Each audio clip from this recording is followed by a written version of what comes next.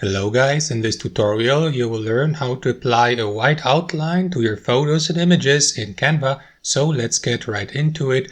Alright, so what you want to do in the first step is add a photo or image to your design, just like that. For example, one without a background. You may also add a dark background as a contrast to your image or photo in the front. So what you want to do, guys, is to apply a white outline to your photo is simply left click on it, and after that you will see that option here at the top, edit, click on it, and what you want to do here on the left hand side is scroll down till you get to the effects section, and here select shadows, and here from these shadow effects to the left you may select either the glow effect or an outline effect like this, and simply play around with these adjustments below. Like for example, select a different size by moving that slider here to the right. For example, if I move that slider to the right, the thickness of the outline will be increased, and if I move it to the left, it will be decreased. So you may play around with this as much as you like, and also you may switch the color of the outline from black to white or to any other color.